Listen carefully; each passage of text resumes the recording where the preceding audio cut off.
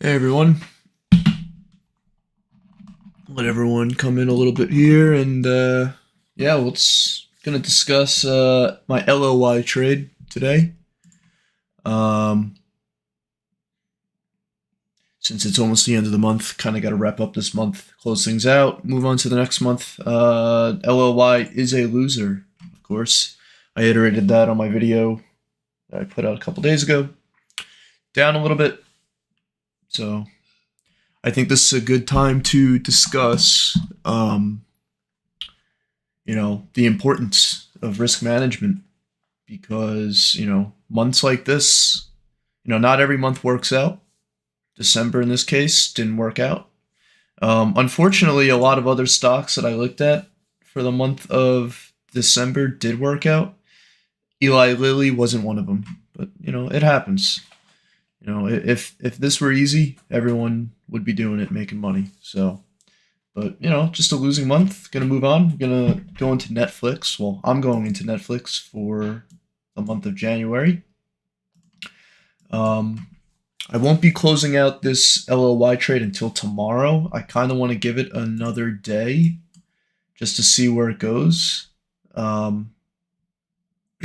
Yesterday we had a pretty good day, so kind of cut back my losses from yesterday's gain. And this morning we were up a decent amount, and then we just came back down. So we just top wicked so far on the daily, but pretty much flat on the day. Hey AP, how you doing, man? So hopefully, maybe we could squeeze out a couple points in the next between today and tomorrow. Squeeze out some more gains.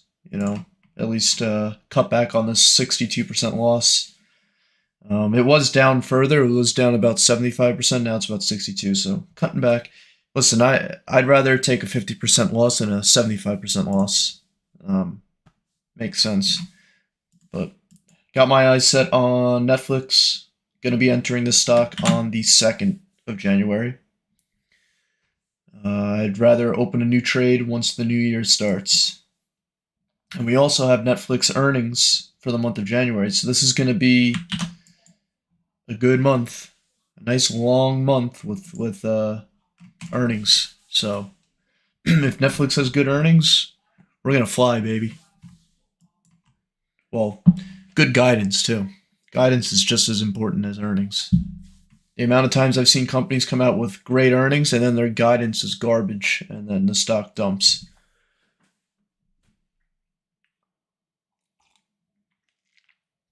So I hope everyone had a good Christmas. I know New Year's is this weekend. Hope you're all enjoying the holidays, relaxing. I took about a week and a half, 2 week break from YouTube. Well, I was busy with work and school still, but kind of took it easy. Didn't really have much to post except for this video with the other stock picks that I suggested, Fang and Marvel Technologies. I think these are good options, no pun intended, to choose from. So I hope this works out. Again, I'm going with Netflix, just because, and I know not everyone can afford this contract size, so I think these contracts are 290 and 660, maybe a little bit better, more in the range. So yeah.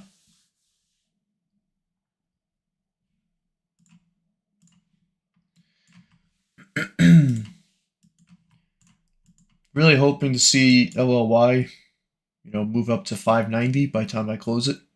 I think if we do get up to 590, I'm gonna close, regardless if it's today or tomorrow. Rough month. But again, my risk is managed right at the start of the month. So whatever happens, I'm ready to stomach whatever loss there may be. I had someone comment on my video saying that they took a pretty hefty loss on LLY, and I assume that's because their position sizing is too much, too big of a position size. So like, you can have a strategy that's 99% successful, 99% win rate, but that 1% of the time, if you don't have that risk managed, be prepared to lose. But down about let's see, 19, just under $2,000 this month. I'm down. Last month we did good. We were up 3,600. This month down 2,000. Hopefully Netflix churns out a nice gain. Actually, you know what? I want to show you guys. I'll show you a little bit behind the curtains performance. On stream, I like to show stuff that I usually don't show on my videos. I know a lot of you guys that watch my streams are a little bit more involved with the community, so I like to give back. And it's the holiday season. It's a giving time of the year. Let me see, Netflix. Is this the right? Hold on. Oh, yeah. All right, we'll use this one. Netflix.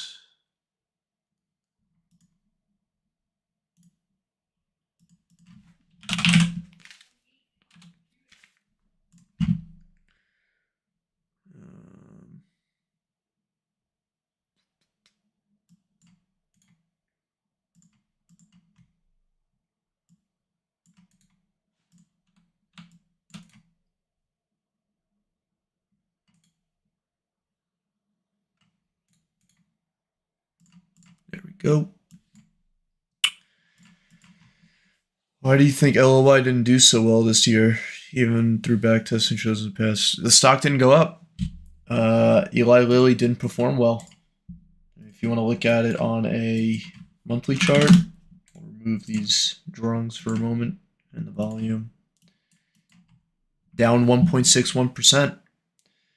So, a negative month, down about, 1.6%, plus theta decay equates to a 63% loss. It's the nature of the beast, but, Merck, like a couple other, the industry, like the sector overall did well. Like Merck, which is a competitor to LLY, went up 6%. Like if I were on this trade, I would be up nice this month.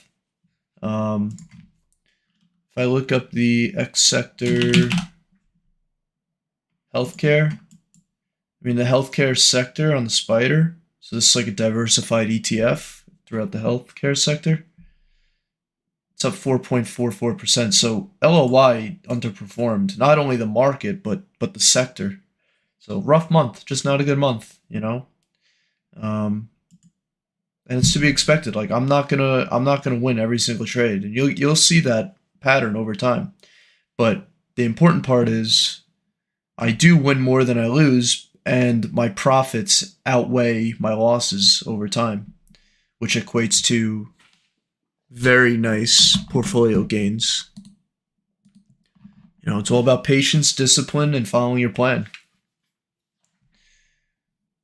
Do you buy puts? I don't. I don't buy puts. Although I have been looking at one stock that is worth shorting in the month of September. But no, not really. You can make good money with puts, but you got to be fast on the trigger. The markets tend to go up over time. So I want to be on that side of the trade. I want to be on the side where I have the odds in my favor. But you can use seasonality, as a way to short the market. I don't short. I like to go long. Going back to some of the data, this is the Netflix gains over the past couple of years. So you can see 21, 22 were bad years. And then all the way back in 2016 was another bad year. So all this in between, I'm looking for a gain. I'm not looking for an 879% gain or a 415% gain, but could we see a 127% gain? Probably. It's probable. It's not guaranteed. Nothing's guaranteed in the market. Natural gas stocks long. I haven't really looked at natural gas, but I think natural gas is a pretty good stock to, or a pretty good sector to look at. We'll look at the seasonality. For January, natural gas kind of. Maybe oil. I think oil is a little bit better. The thing with natural gas is it's so cheap. Like if you look at natural gas on a chart here, let's do. Here we go. Like natural gas, like it trades pretty flat. Like it comes down into this area, like this. We're pretty much where it is right now. This like 250 area, and then it bounces. And it just ranges. It's really not a grower. I think there's much better opportunity in the tech sector, especially with options. With options, you need volatility. Sometimes, I mean, unless you're trading futures, which is what most people trade natural gas on or with, I think it's kind of a waste of time. I think there's much better opportunity elsewhere. But if you're a futures trader, then yeah, natural gas, oil, corn, commodities, good opportunity there. But I'm not a futures trader.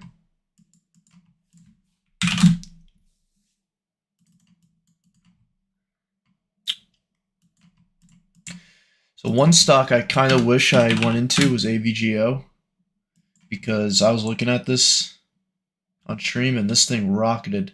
Hell, even if I went with AMD, even if I just rolled my trade from November and held on to AMD, I think it would have been just up just as much as last month on an options contract. But it is what it is. Like you can't. Hindsight's always going to be 2020, and you just learn from it, and you get used to it too. You get used to losing. Losing is part of the game.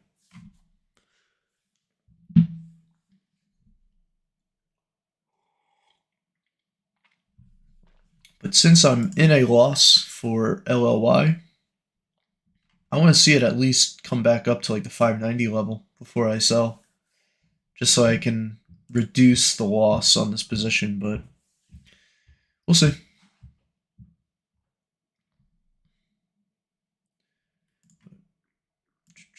Hope you guys enjoyed the picks here. Is anyone going to be going with these? You can always look at other stocks too. These are just, I handpicked these and back tested them, and they looked pretty decent. You can always just go to like this Unusual Whales website. It's free, and you don't even have to make an account. I'm not sponsored either. I sound like I'm sponsored. I'd like to be sponsored by them because I like their website and it's free. But you could just select whichever month you want to backtest. You put in, the amount of positive closes you want, the date range. You can sort by the median price, and it gives you all the best stocks. Or typically stocks that tend to do well in a certain month. And then that's it. You just select a contract based off of that and go from there. Looking at XLK put starting in January. What's your opinion? XLK. So you're going to short the tech sector or the financial sector? I'm sorry. Oh, wait. XLK. XLK is tech. Yeah. Be careful shorting tech. Like really, be careful shorting. Like even if like January shows like a weak seasonal tendency to the upside, like be careful.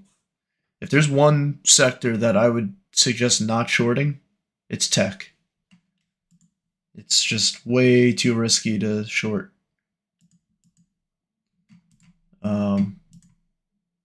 If I were you, I would be looking to go long. This market is bullish right now. I mean, we're just breaching new highs on the S&P 500. So be careful shorting right now.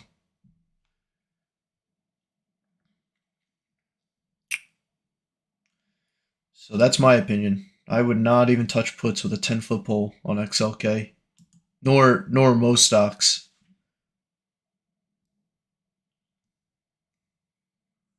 The thing with puts are, yes, you can make good gains, but calls give you even better gains because you have infinite reward potential on calls. Puts, you don't have infinite reward. The stock can only go to zero. And a stock, when it goes up, it can go technically, theoretically, infinite. So the reward potential is way higher on calls.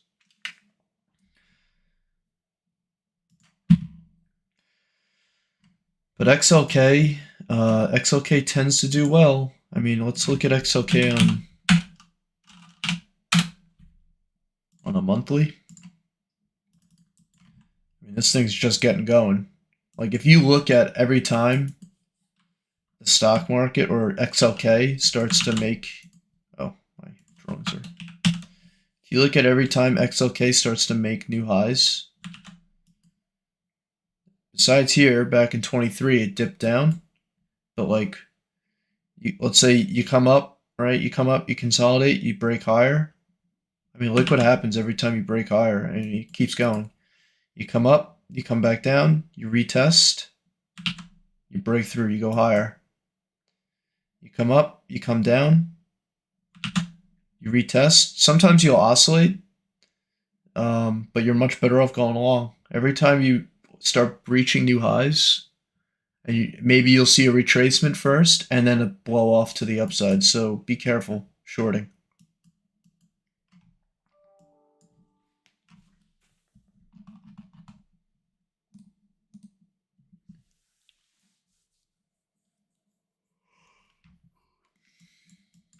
So that's my opinion. Now, if you're going to go puts in 22, you would have done well. But you got to remember the market. If it, like, I'm going to put things into perspective for a moment, just so because I like puts are great, but I want to show you something. This is a 12-month chart of XLK. All right, so each candle represents 1 year. Look how many red years there are compared to green. And tell me, what do you think does better over time, calls or puts? The answer is pretty obvious. It's calls. So be careful with puts. And yeah, like there's bottom wicks here, and there's plenty of opportunity for making money with puts. But I mean, if you look at any stock, most stocks, LLY, look at it on a yearly chart. It goes up over time. Netflix, more green than red for sure. So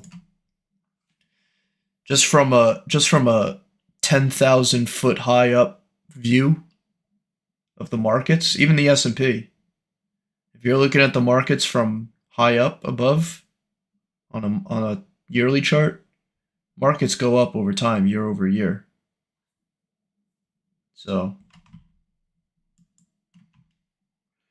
and if they're flat, like you see these red candles here, let's say 2011, literally the market was flat for the year. So you would have lost on calls or puts. So that even puts the favor into the call side even higher. It makes calls even more favorable because if you are going to have a down year, it's only going to be 0.73%, 6%. Yeah, you have 2008, 38%. Yeah, you have 22, 19%, but most of the time it's to the upside.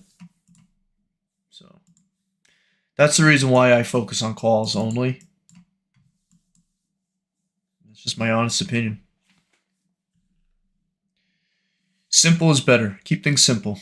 Usually when you start, and I think that's one of the reasons why my strategy from what I've back tested and how I've traded so far, my trading works is because it's such a simple methodology and a simple plan. Simple is better, in my opinion. Like a simple strategy, a simple system, a simple plan will I think you'll find a lot more success doing that, keeping things simple.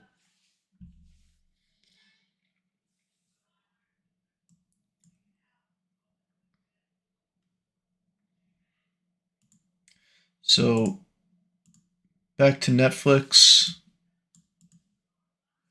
Um, Hopefully we see a good gain here. I can really use it after a month like this. I'm looking forward to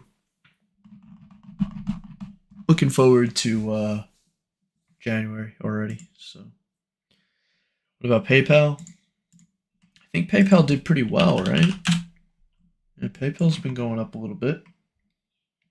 Did good so far for December.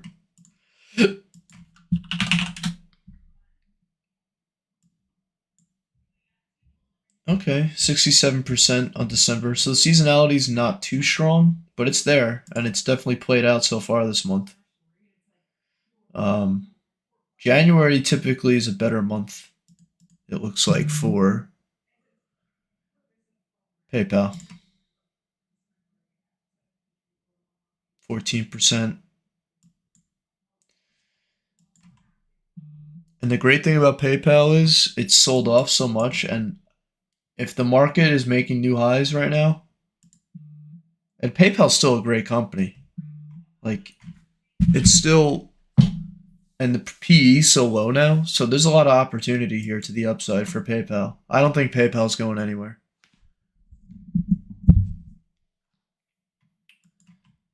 So might be a good November, or not November, good January trade.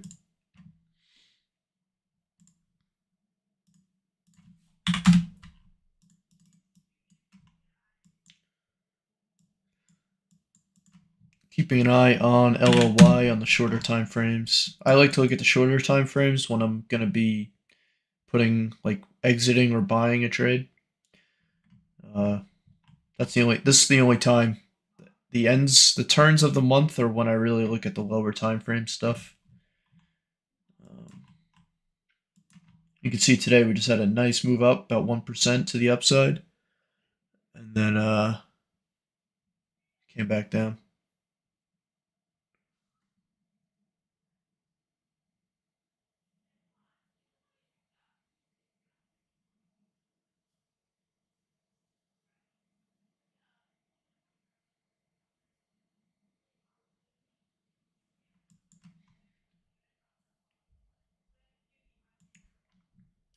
Nice strong volume yesterday too. You can see on the 15-minute how high the volume is from yesterday. So it's definitely giving us support today. I just want to see this move to the upside.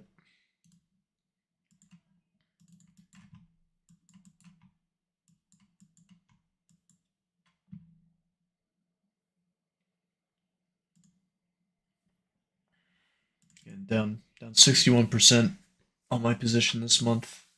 Nice little hit.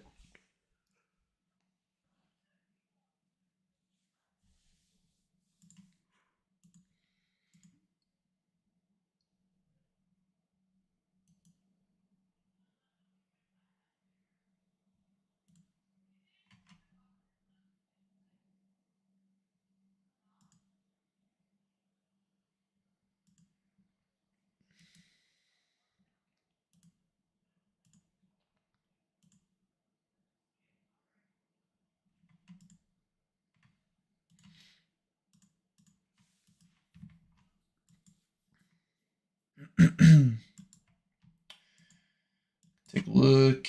So S&P 500 very close to making a new high. Just on the monthly. Oh yeah. November was really a great month. December's turning out great too. And so I really massively underperformed this month.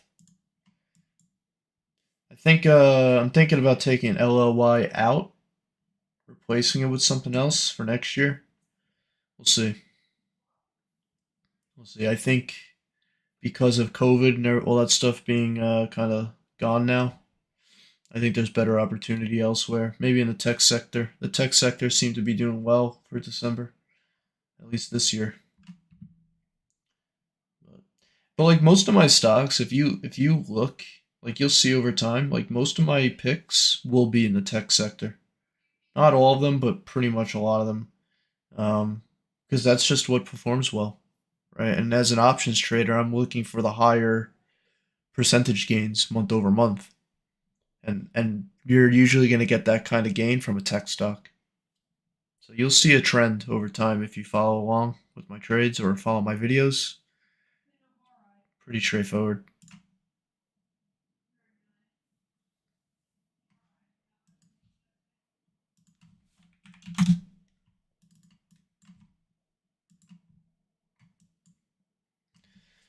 But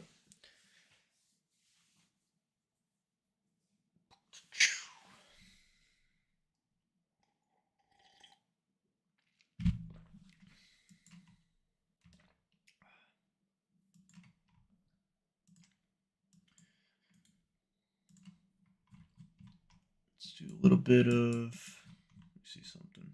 Okay.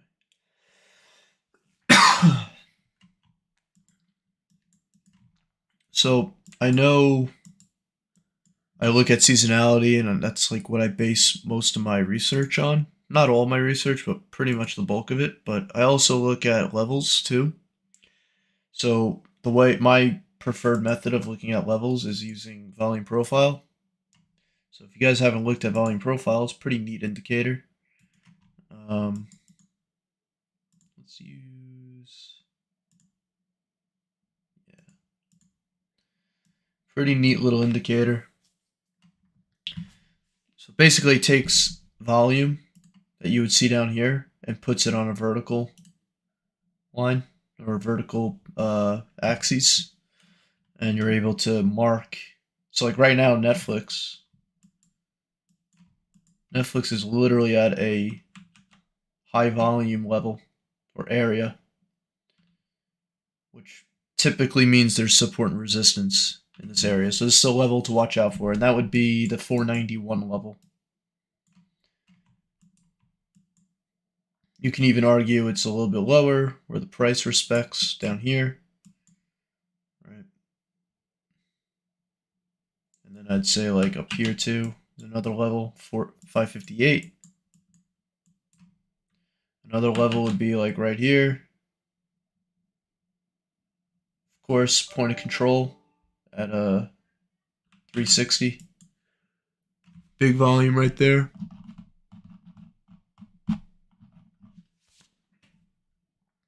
And you can just keep going down. Let me adjust this. So there we go. So what I look at for these zones, or not zones, but these support and resistance levels is I want to see how price reacts around them. Um, so I don't use this to trade solely off of, not at all actually. That's not where my trading plan comes from, but these are important levels to look at for sure. And you don't even need volume. You don't even need a volume profile to do analysis like this. You can simply look at the pivots, the major pivots, on like a weekly chart. You could just look at weekly pivots, right? So like if I see top wicks and resistance right here, I put that there, I put that there, right? And you can see how I'm kind of just basing these lines off of the support, the rejection areas from back here.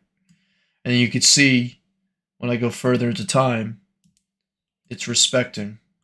It's respecting again. And now we're trying to break through it. We'll see if it does break through. But I like looking at support and resistance, even though I don't really bring it up that much. Like right here is another level. Let's say right there. And what I'm trying to do is I'm trying to line up as many touches as possible. The most common region in price where there are reversals. That's all I'm trying to do. So like right now with Netflix, let's assume Netflix is gonna go up, right? So I'm gonna enter this trade on January 2nd, and I'm gonna exit on January 31st. Right? If Netflix is gonna go up, let's say the price is right where it is on January 2nd. Could Netflix go up 13% up to this 556 resistance level in the next 34 days? I think it could. If we look at Netflix on January, let me look at Netflix. Netflix has a median, it's like right here. Netflix has a median average percentage gain or median percentage gain of 12.6%. Average is 16%, but I look at the median, 12.6.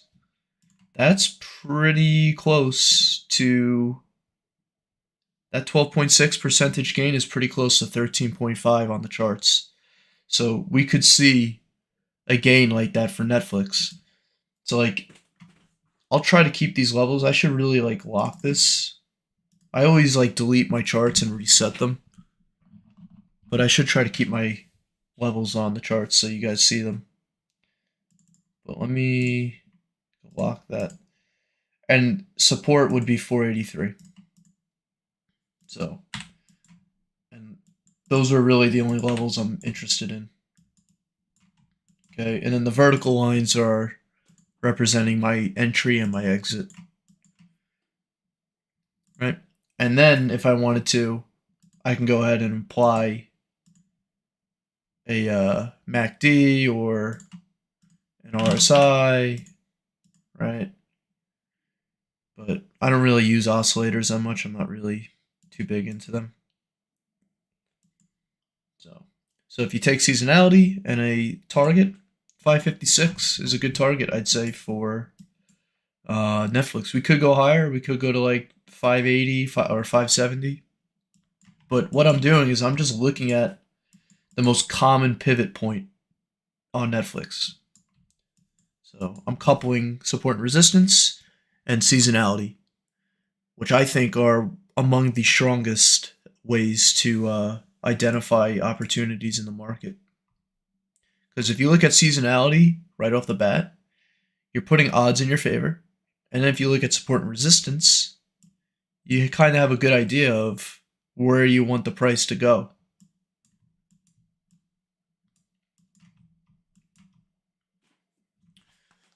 So, hope that gives you guys a little bit of insight.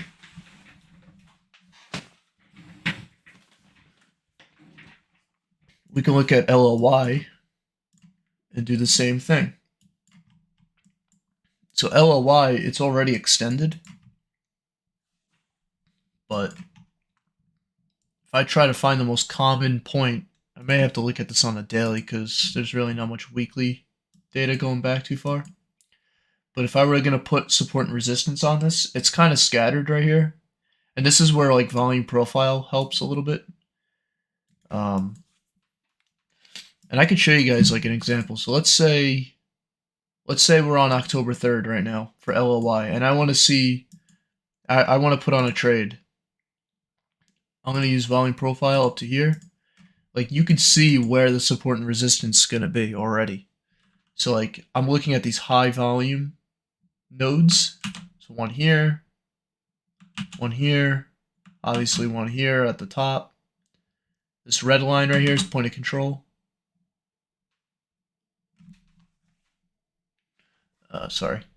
Down here and down here. So like these are the levels I'm looking at on LLY, and then I could just fast forward one candle at a time, and you could see, and this is I'm not picking, the volume profile ends right here, but you could see how the price starts to respect these levels. Top wick right there, blast through it, another top wick at that level, right? Bottom wick right off that level, broke through it. You're off to the races. You're coming back down, you close right at the level. So you can see how the high volume areas act as support and resistance. You can see this, you're breaking through these levels, big gap, right? So if I saw this close below 572, right? I don't really care about the wicks. I'm more concerned about where the candle closes relative to this level. So if we close below, let's say this 571 level, we're probably going to keep going down. And we did. We wicked down to 540 or 548, right? And if we wick there, I see that there's support. So then I would get bullish again. Well, obviously, I would go well, there's earnings here, so that's kind of not fair. But even during earnings, you could see. And remember, this volume profile is only measuring up to October 2nd. I didn't even extend the volume profile to get a more accurate picture. You could see how it's still respecting those levels. You top wicked right off of this level again, 571. Or bottom wicked off there, and then top wicked off of the 596, another major level, right? And then you closed in between, and I can just keep using this. Look, it's still respecting the 596. Closed above, you're going higher. Come back down, so you can see how the levels really play out. So volume profiles, I think volume profile is helpful if you don't have much data going back. But in this case, for like Netflix, I don't really need volume profile because I can already tell where price is supporting and rejecting. Just looking left.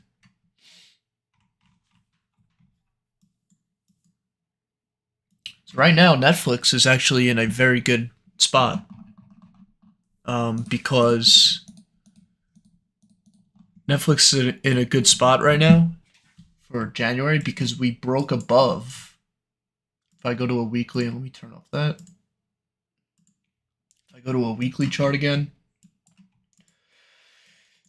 Netflix broke above this 482 level and closed above it. And so far this week, we've stayed above it. So we could be looking at, further gains up to 556. Right, when you break above a level and when you break a level and you close above it and you continue to close above it, the odds are to the upside. And then with seasonality, right? So Netflix tends to do well in January. Whoops. Goes up 70% of the time in January. So I think right now, the way things are looking, Netflix could be a winner this month. But again, anything can happen in the markets. Right? We can have some news come out, geopolitical, something, anything. Bank crisis, you never know. And the trade goes against you. So that's why risk management is so important, even if you do great analysis.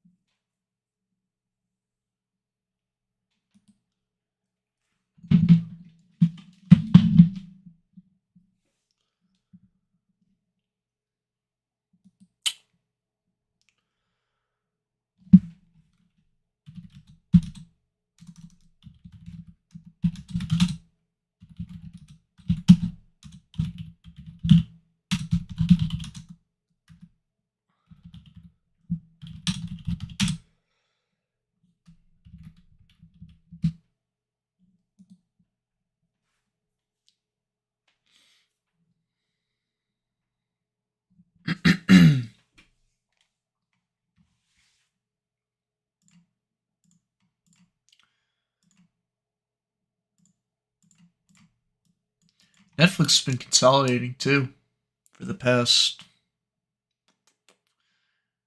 pretty much since the 19th,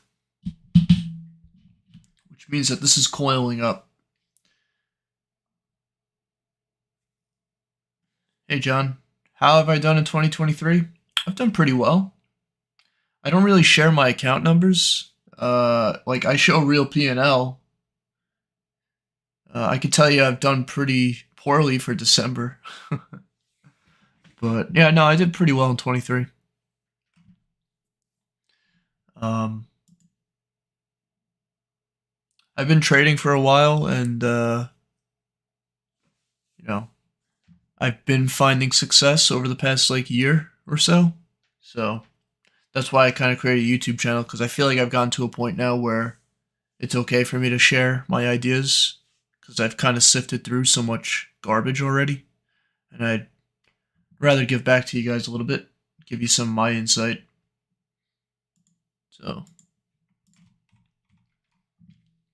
but I'm really excited for this Netflix trade. I think January is going to be a great month. Hopefully, earnings on Netflix aren't there aren't any surprises, bad surprises with Netflix earnings. Um, I think they'll be good. And Netflix is down a little bit today. That's what I want to see. I want to see Netflix come down a little bit so I can buy into the blood.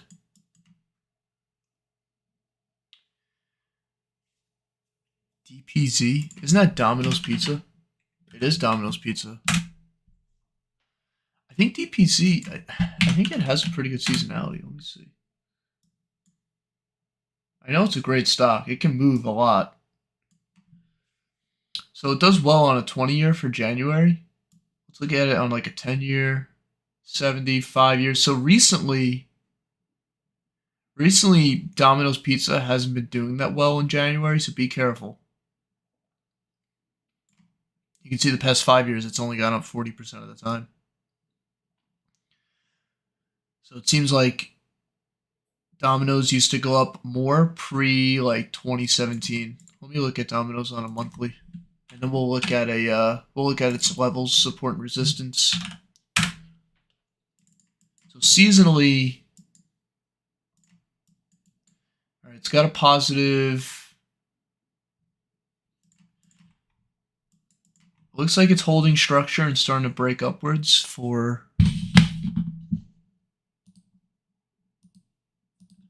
Sorry.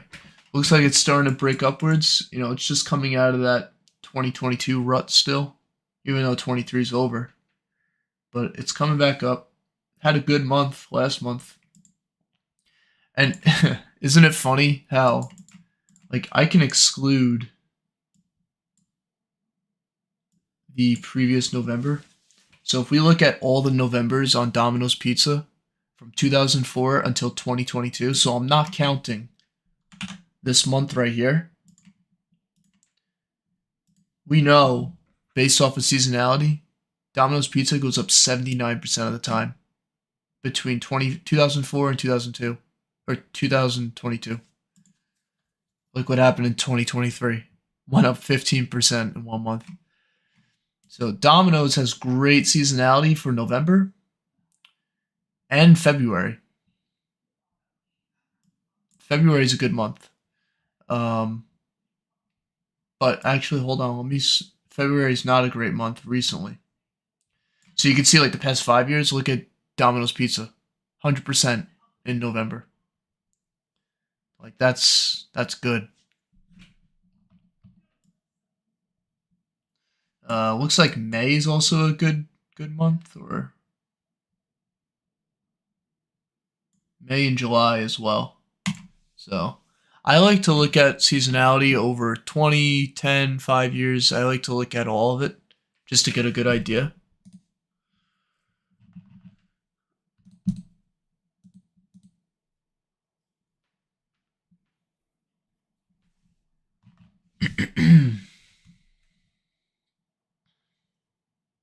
If you're betting on Netflix, what do you think about Roku?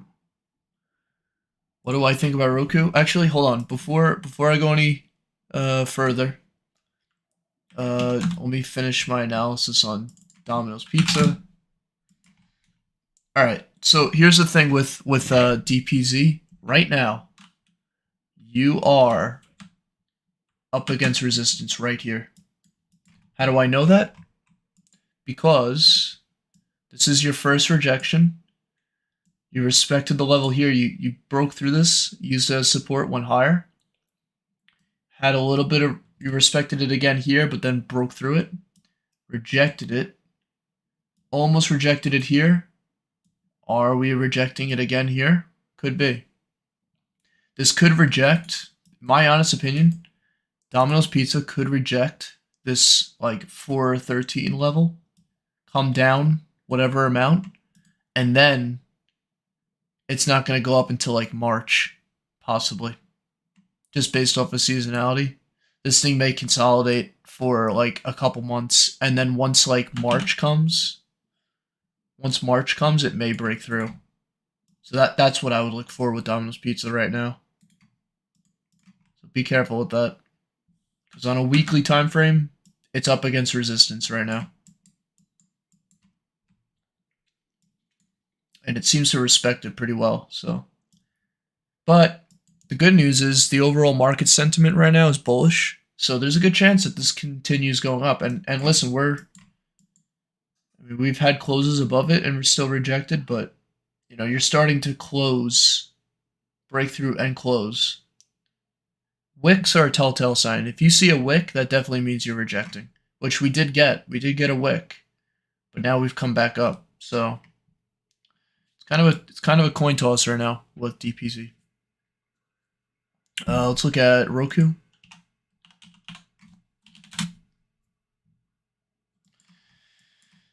All right, let's put it on here. So Roku doesn't have a lot of data. 50-50 over the past 7 years on Roku. Let's look at some levels. So like right off the bat, some levels I see are right here. These major pivots. That's what I'm looking at. So if I were to put a line right here, I'd probably put it right there. And you can see it still respected it. I wasn't even looking over here, and you could see you're getting some resistance here. You broke through it. Rejected, rejected. Broke through it. Came back above. So you've bounced out of this region. So right now, Roku is bullish. We can look at further upside targets here. Just remove these circles. I'd be looking at this level right here too, based off of this area, a little bit of support and resistance right here, and then we just rejected this level. All right, and you almost rejected it here too back in July. So Roku's an interesting one. It's 50-50. It may consolidate for another month just based off of this. Let's look at it over the past 5 years, more recently.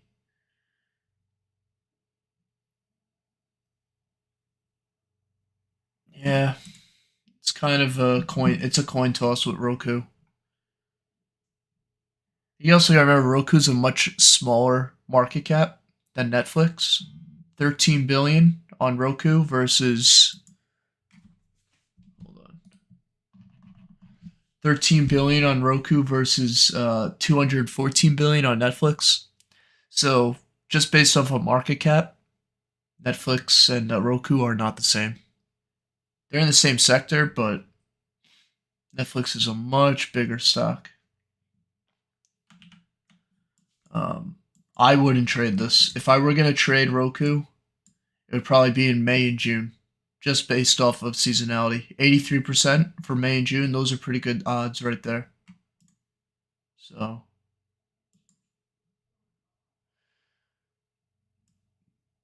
can one get this info free on stock charts? Yes, you can, John. So stockcharts.com is completely free. You go to stockcharts.com. I don't even have an account. You go to stockcharts.com, you go to this charts and tools tab, and then you come down to your seasonality. And you type in whichever stock you're interested in.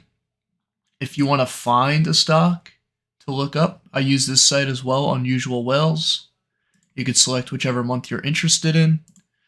You could set the amount of years you want to track, the average or the positive positive gain, and you could sort by the median price, and you get a list of stocks that, for example, for January, you get good contenders for the month of January, all right here. So, couple good ways to analyze, and then after that, I just look at levels because price levels tend to be respected. Roku may be a better stock to use. Volume profile. Why is this? Oh, it's because I'm on a weekly.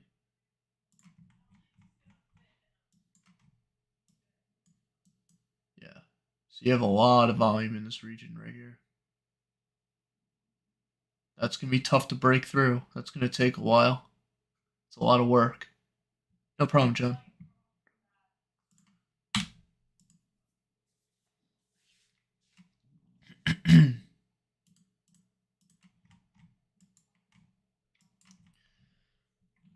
But the Netflix levels right now that I marked out, these are great levels.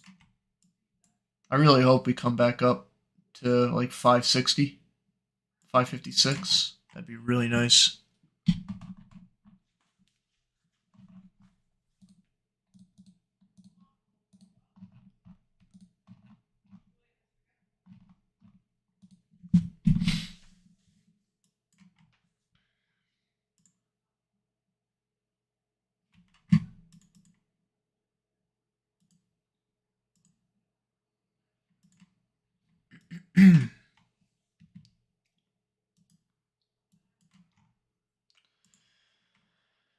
As far as the contract I'm looking at for Netflix, remember, I'm going to be entering this on January 2nd. So there's 1, 2, 3, 4, 5 days. So I'm going to be entering the February 16th, 2024 contract, which will be 45 days by that time when I do enter.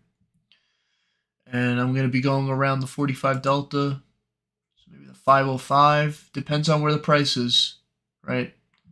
So I'm going to be paying about, what's the theta on this? Yeah, I'm going to be paying about $2,200 for this, so pretty big contract.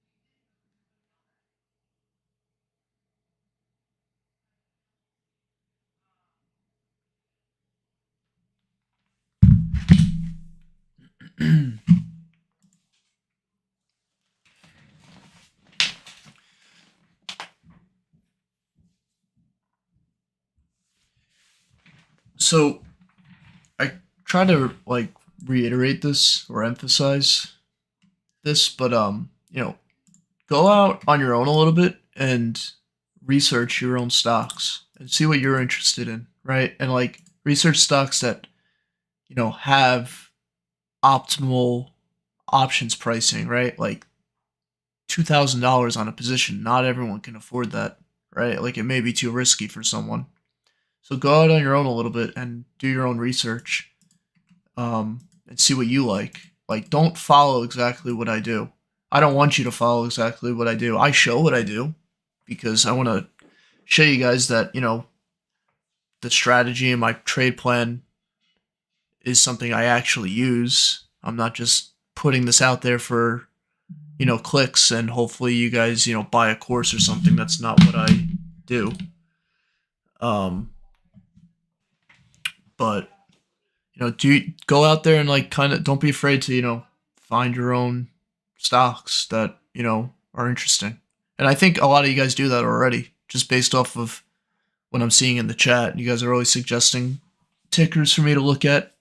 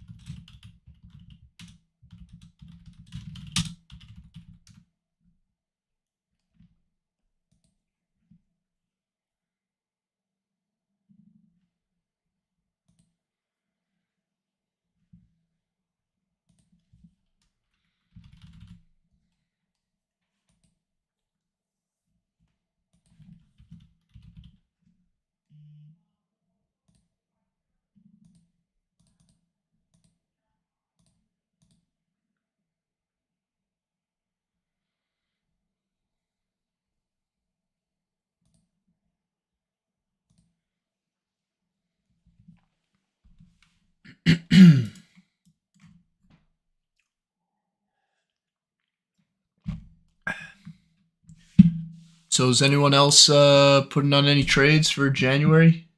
Is anyone gonna be using my other two picks, Fang or Marvel? Let me know. I always feel bad when I suggest a stock and then it doesn't go the way I want it to go. Like LLY, for example, like the trade that I did.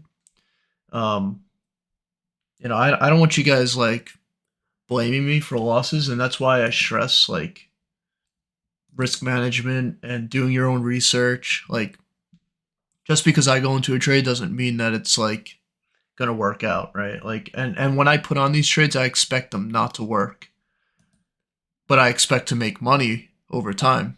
Time is the key. Time and patience.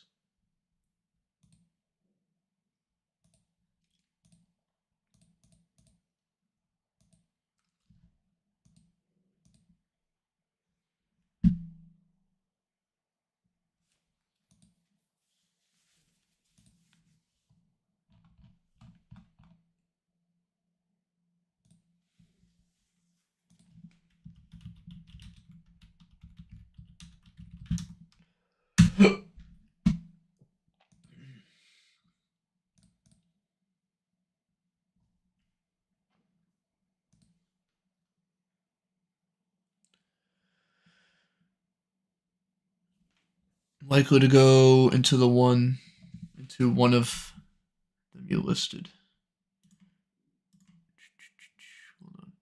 One of the three you listed. Okay.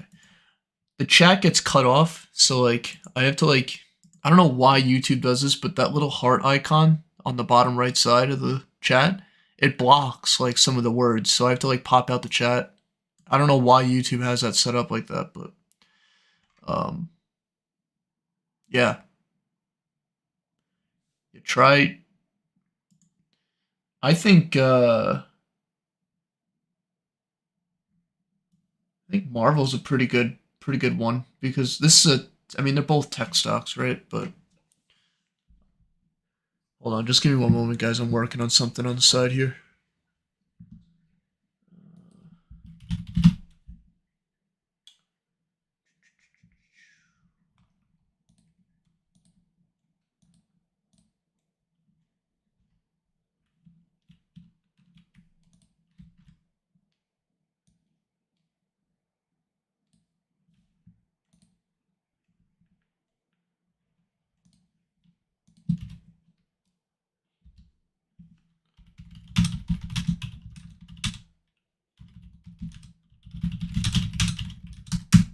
All right.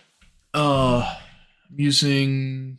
I'm 3 for 3 using your strategy. IWM, Mara, and XLK. Nice, nice. Yeah, XLK you definitely made money on. Mara, marathon. I'm pretty sure it probably went up if you did good. So let's see.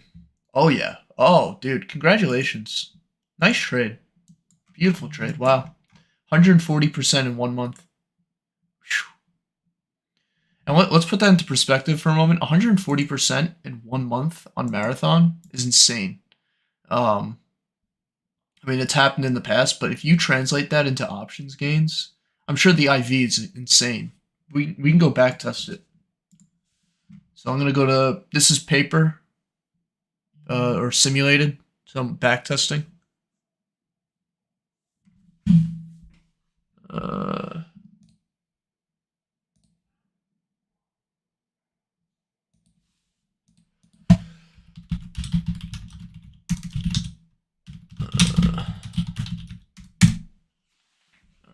Sorry, I'm doing something else on the side. Let's go to November 30th. I'm assuming you bought this on the last day of the month and held through December for Marathon. I want to see the gains on Marathon. All right, let's go here. I mean, that's a great trade, man. Congratulations. I want to see how much. I want to see what the percentage gain was. Let's say you went with the 0.48, about the 7 strike. Bought that. Oh wait, I'm on the wrong year. Whoops. Hold on. I'm on 2022. go to 2023, November 30th.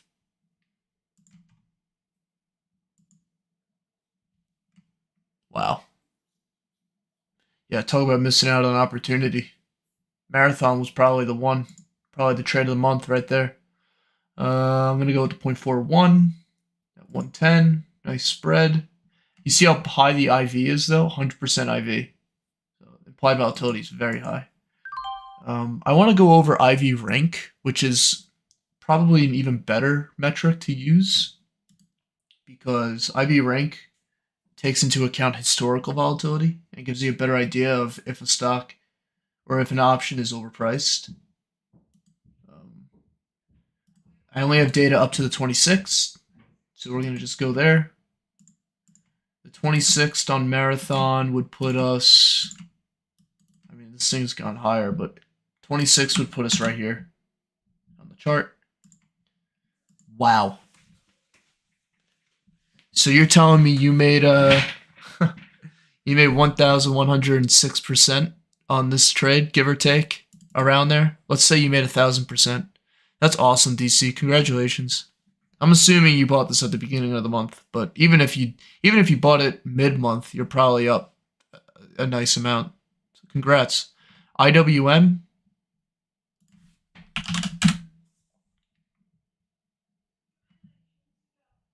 Look at IWM. Nice. Yeah, the Russell's been on a tear too. And then XLK, of course, we know tech's been going up too. That's a no-brainer. So yeah, nice trades. All three of them. Beautiful trades. Now you're in PayPal.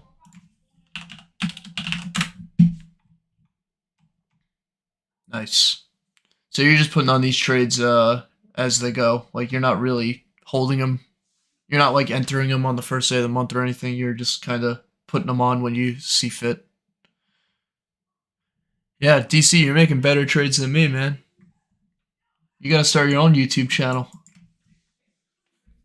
Just don't be one of those guys that sell something. Don't sell out.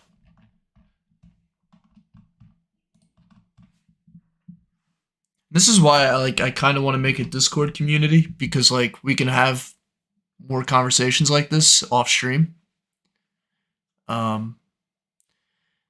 I should really create like a Discord, a free Discord, of course. Nothing paid. Just to have a little community. The only thing is I just don't want like breaches or something catastrophic to occur using Discord. But yeah, I think it would be good to share ideas within the Discord and hang out.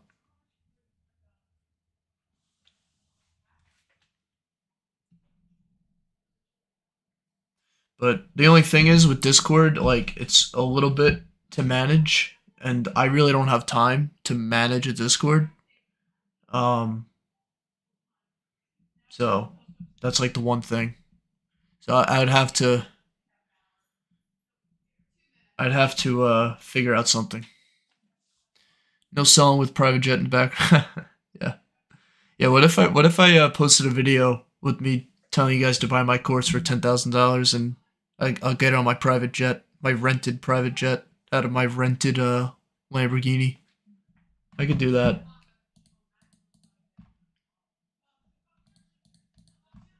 It's so funny. I watch those videos just for fun. It's fun to watch. It's just like all these people that post those videos, like I hope they don't delete them because in like 40 years from now, it's gonna be hilarious to watch. It's just like watching any other scammy scheme back in like the 70s and 80s on like regular TV. It's gonna be hilarious to look back on and so embarrassing for the people that did it. I agree on breaches, though phishing is nuts. Yeah, like I've been part of other Discord communities, like free ones and like ones that you pay like $10 a month. Even the ones that you pay to get into, and I know I don't like paying for stuff, but like the paid Discords are like just as good because they're actually managed. Usually, if it's a good one, they're managed, and the paywall keeps the trolls and the scammers out. But they still try to get you, even if you put all that stuff up. That's like one of the main reasons why I haven't started a Discord, because I think like one of the only ways I can really prevent trolls and bots and scammers is by putting up a small paywall, like a $10 paywall, let's say, or $20 paywall. But I really don't want to take money from you guys at the same time. So it's like that's why I've been doing the streams, even though this is the first stream I've done in a couple weeks. But I think the streaming is just as effective because I could talk to you guys right here. Um, but yeah, so it's kind of a conundrum. Don't know what to do with the Discord stuff.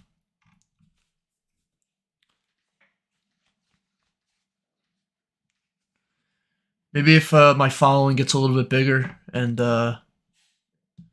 you know people are willing to pay for a premium Discord, but I really don't want to do that.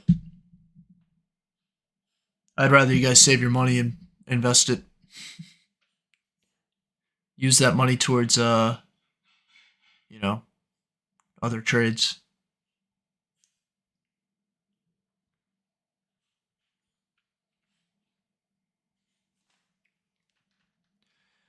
I'll tell you this right now, I'll never sell a course though. If I were gonna sell one thing through YouTube to you guys, it would be a paid like a premium Discord, and it's cheap too. I'm not talking like crazy amounts. Like I'm talking like $10 a month or something like that. Like very low, very, very affordable to the masses. That's the only thing I would ever sell. Uh, and I wouldn't even want to sell Discord. Yeah, yeah, that's the other thing. Like I don't really have much experience with. Uh, I mean, I've been using Discord for a long time, but I don't really manage any servers, so I'd have to do a lot of education. I mean, it's pretty straightforward. I'm a young guy too, so like I get all the tech stuff. I've managed like TeamSpeak and stuff, which is a way older platform. Before Discord was around, I was on TeamSpeak, but that I just don't want to like somehow open up a Discord and then um I don't want to open up a Discord and then somehow it gets blown up by some jerk. I don't know. Give me 1 second, guys. I'm just working on something here.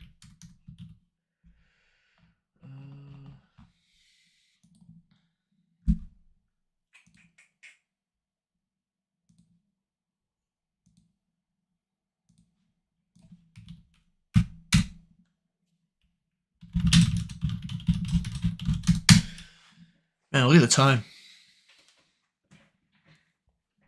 I am hungry. What are we down on? Oops, let's go back to there. Why? Oh man, I wish I was in marathon. Damn, dude.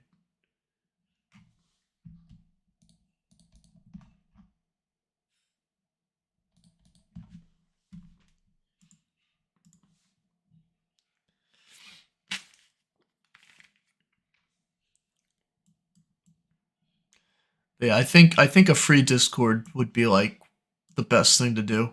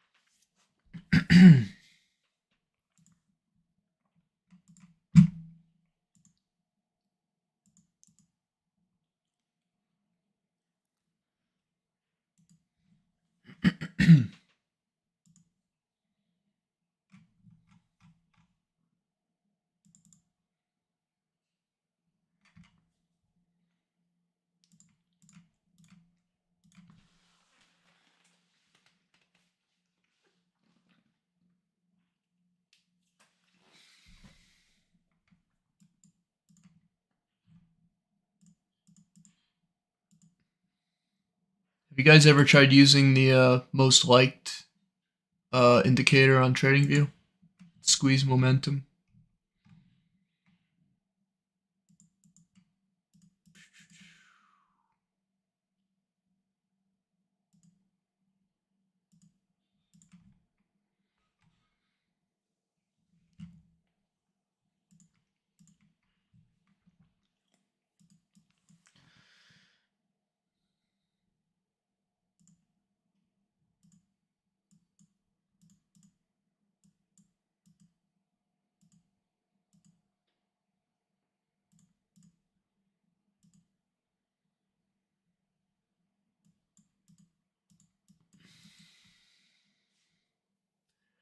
think I'm going with NEE for January.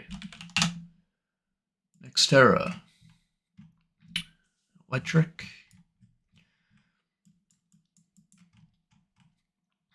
NEE.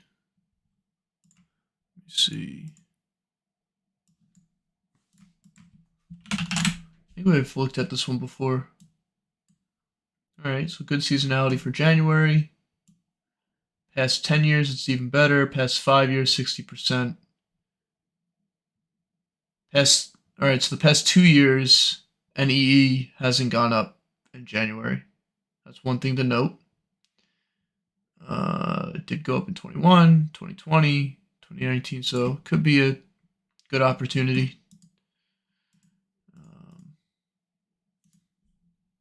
Is that even on here? NEE?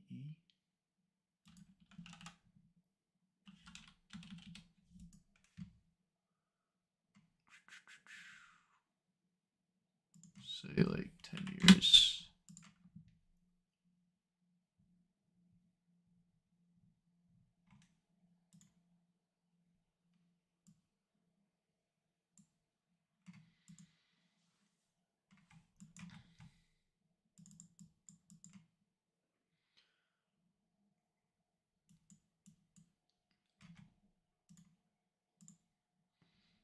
Get rid of that. All right, so let's look at this. NEE. I like unusual whales charts too on here. It's pretty cool. If we look at, where the hell is it? Okay.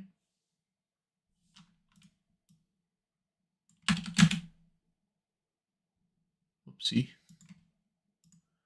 Let me grab that.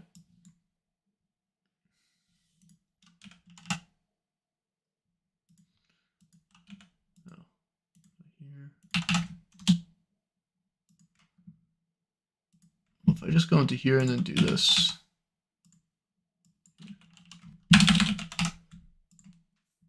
There we go. See, January, it's done pretty well. Let's look at the 68% and then the median return 2.5.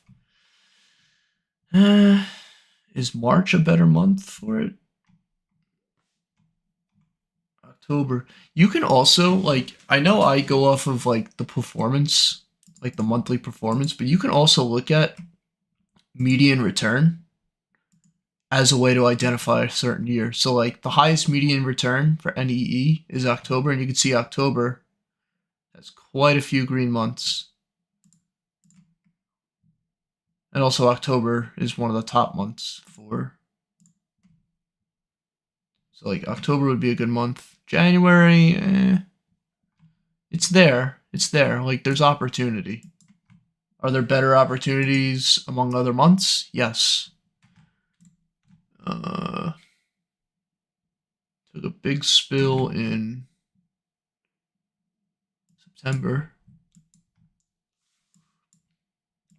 Here's the one thing.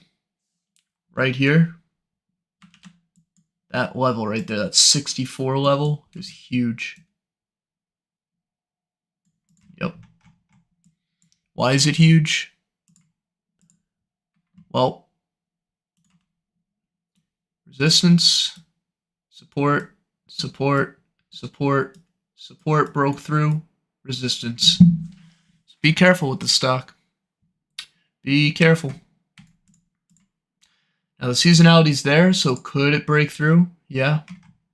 But the other thing is it's a utility stock. Utility stocks usually pay higher dividends and don't move as much in terms of price. Options, we want price to move. We're seeking some volatility. Utilities are usually the ones that have less volatility. You can even see that with the beta. You can look at how volatile a stock is by looking at beta too. So you can see 0.47 beta on NEE. So, for example, if the S&P goes up 1% on a day, more than likely, on average, NEE will only go up 0.47% on the day instead of 1%. So, one thing to note, be careful with this stock. I'm not saying it's a bad choice or that there's no opportunity, but I think there's better opportunities elsewhere. This is kind of like the same thing with LLY. Like there were definitely better choices for December rather than the trade I took this month. But it is what it is. Just joined. What are we analyzing? We're just analyzing everything. We're just looking at next era energy. Right? Is that the name of it? Next era energy. Yep. We're looking at that.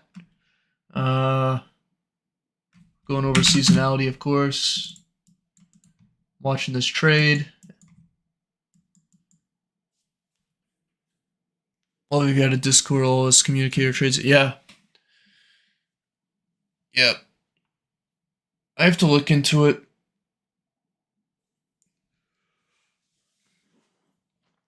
I think it would be a good thing to have a little community.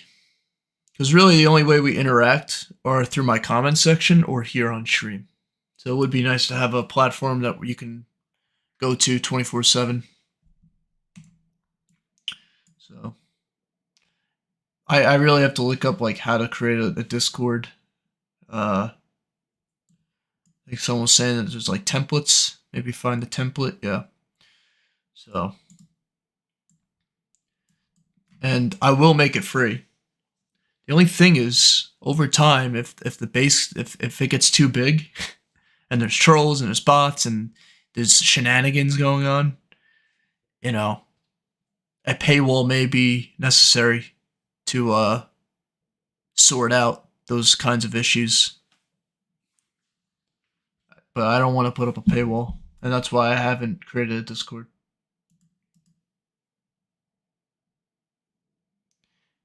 Hey, my dumb self got enemy gold triggered. Oh yeah, TDM.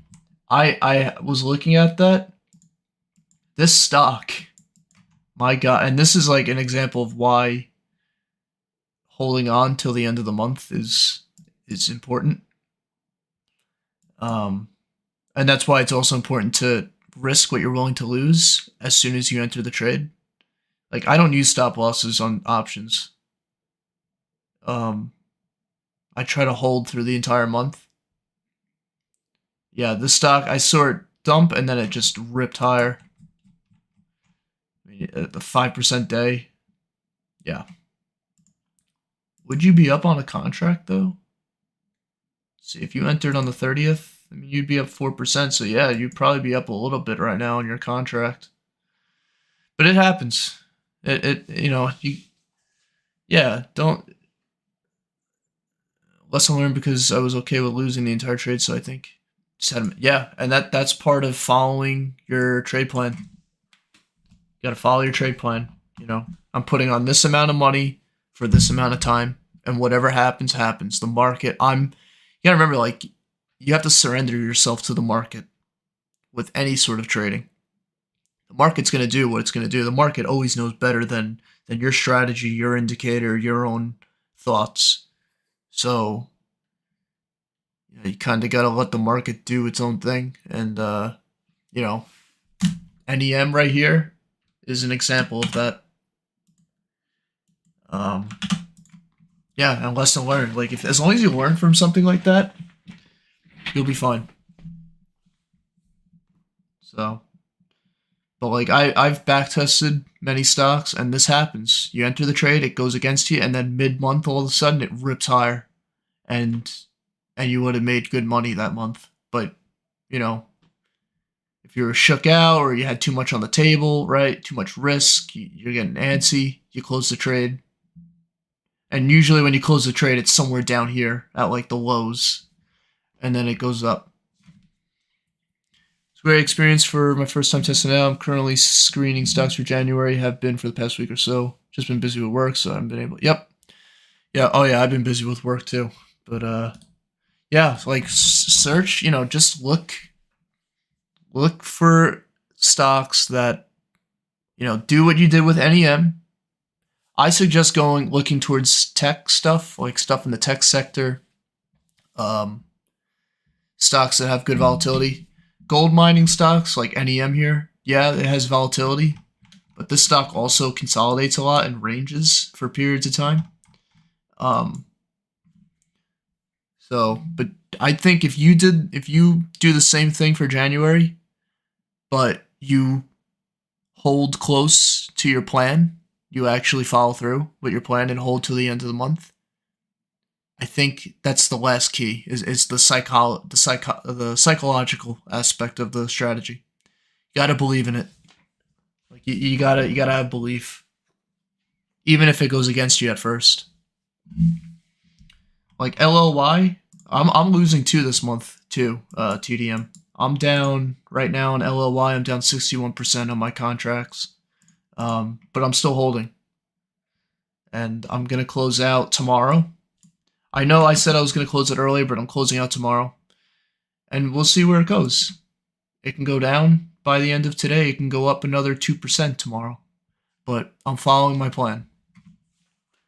I think that goes for anyone else with any sort of trading. Like, you should be able to write your plan on a piece of paper and follow it to a T. The last dividend payout on NEM. Let me see. Negative 170%. That's good.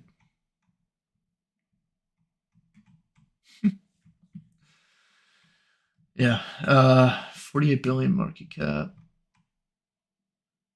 I would think I'm definitely going to do the same thing in January. I prefer this type of trading. I like to think of positional. Yeah, it is. It is positional trading. I mean, positional trading is. I mean, technically, what I do is swing trading. Swing trading is like anywhere between a day, a couple days to about a month. Once you start holding trades past a month, it starts to become more of a position trade. But it's just terminology. But yeah, I'm glad that you find some value in the strategy and the plan. And this is like a great example of like I'm sure if anyone's been like researching trading for long enough, you can give 100 people the same strategy, the same entry criteria for any sort of trading, and you're gonna get 100 different results because of people's psychology, timing, fill price. So just because I do good in a trade doesn't mean you're gonna do good in a trade, or if I do bad in a trade doesn't mean you're gonna do bad in a trade. It really comes down to psychology and how you think about putting on risk. I'm doing a lot more research, or not research, but education within the trading psychology area. I just bought a book. It was by, I forgot who it was. I think it's coming today or tomorrow, but I'm buying a book, or I bought a book called Trading in the Zone by Mark Douglas. Pretty popular book. I'm sure some of you have heard of it if you're into reading. And it goes through like psychology and how to think about risk and reward, and psychology is like 90% of trading. The research, looking at the charts, doing the seasonal stuff, looking at the options chain, back testing, that's like 10% of it. You could do all this stuff, you could do all this research, all this analysis, but if you don't stick to your plan, you're never going to become successful, or it's going to become very difficult to be successful. So yeah, I hope it is a great read. So I'll probably read the book within like a couple weeks. But it's on sale right now on Amazon. So if anyone's interested in getting a book, Trading in the Zone, it's like 57% off on Amazon right now. It's like $29. I saw it on sale. I wanted the book. I picked it up. How much did I buy it for? Yeah, $28. 56% off. So highly suggest looking into that. That's a good one. I'm reading The Richest Man in Babylon right now. Huh. Yeah, there's another one. I think it's the other one was like Benjamin Graham. There's a few of them.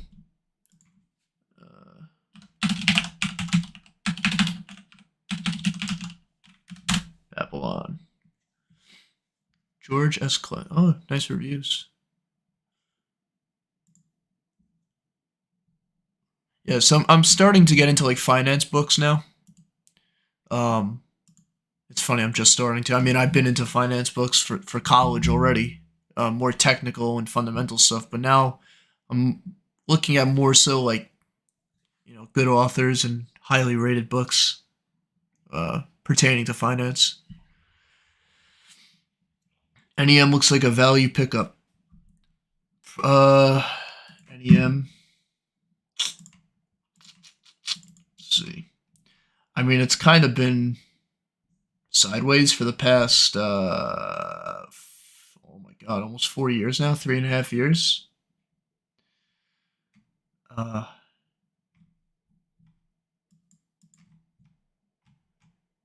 mean, if you believe in like zones and accumulation, this right here is like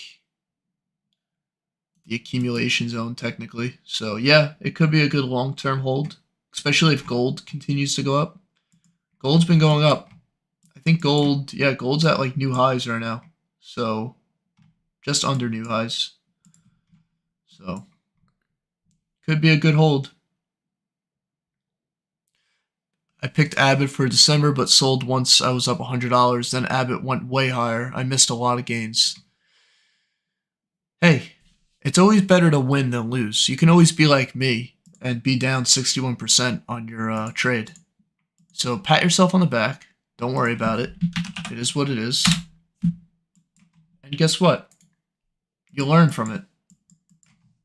So now when you go into your next trade, you're going to know, hey, yeah, it's going up in the beginning of the month, and I want to take profit right away, but, you're missing out on all this. That's why it's so important when you initially get into the trade on the first day, you should be willing to lose 100% of what you're risking initially. If you have that mindset right off the bat, you're going to be able to stomach and hold through this entire month, right? And the reason why you only want to risk what you're willing to lose is so you can capture these kinds of gains in 1 month or any certain period of time, whatever your plan is. So, beautiful trade.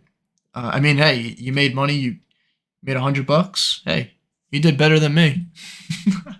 You probably did better than most people, believe it or not. So, pat yourself on the back. Don't beat yourself up too much over it, and move on to the next trade. There's always next month.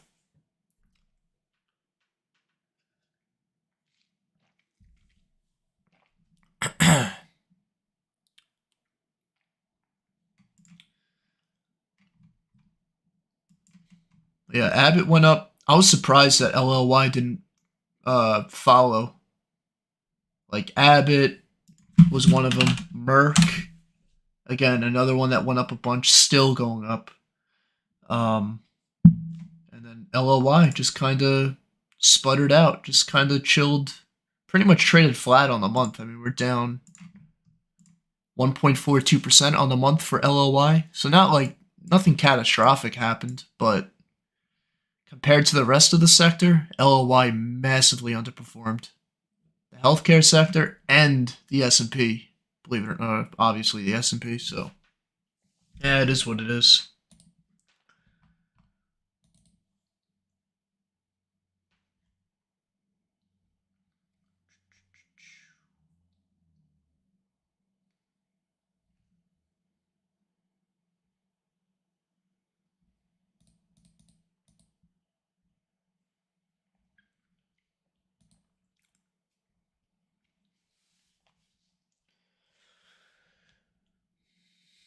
Like right now, I'm just hoping LLY between today and tomorrow goes up a little bit more so I could mitigate these losses or this loss. If LLY can go up another 1% between today and tomorrow, hey, that's like I'm making an extra like couple $100 off of that. I'll take whatever I can get. Most important thing is risk is managed and you follow your plan. That's it. And believe in your data too. You gotta follow your statistics, believe in your data, believe in your back testing, have belief. The market rewards those who are patient. So, and yeah. So, you gotta keep that in mind.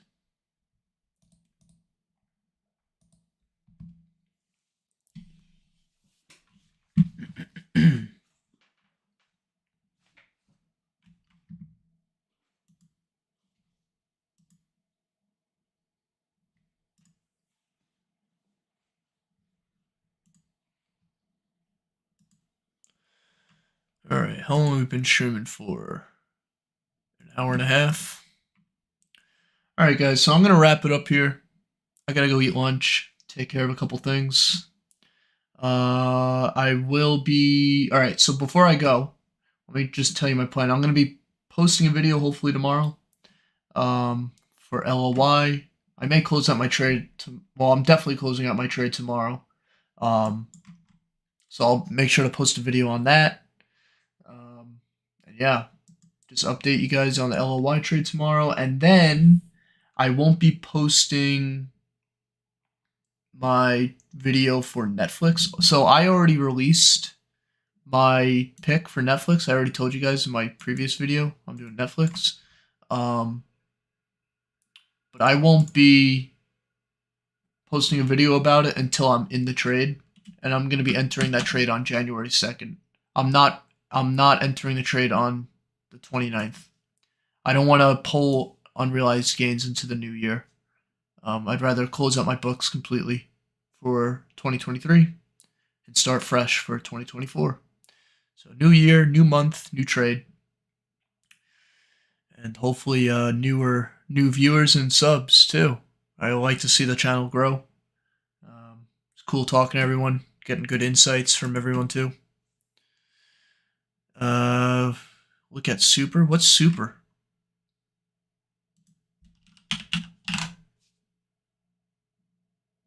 Super. Are you talking about crypto? I don't really do not too much crypto here. But if you are gonna, so we trade options, but if you want to trade crypto through options, you could do like Marathon, like the Bitcoin miners. I mean, we were looking at this trade before. Marathon Digital went up 143% in 1 month, which is like 1,000% gain on an options contract. So let's see crypto do that. You ain't getting the same returns from crypto than you do options. Options pay out way more than crypto. So, but that's a nice gain right there for Marathon. All right, guys, I'm gonna wrap it up. Thanks for watching. Hope you all have a nice day, and I will talk to you guys soon. Thanks, guys. Peace.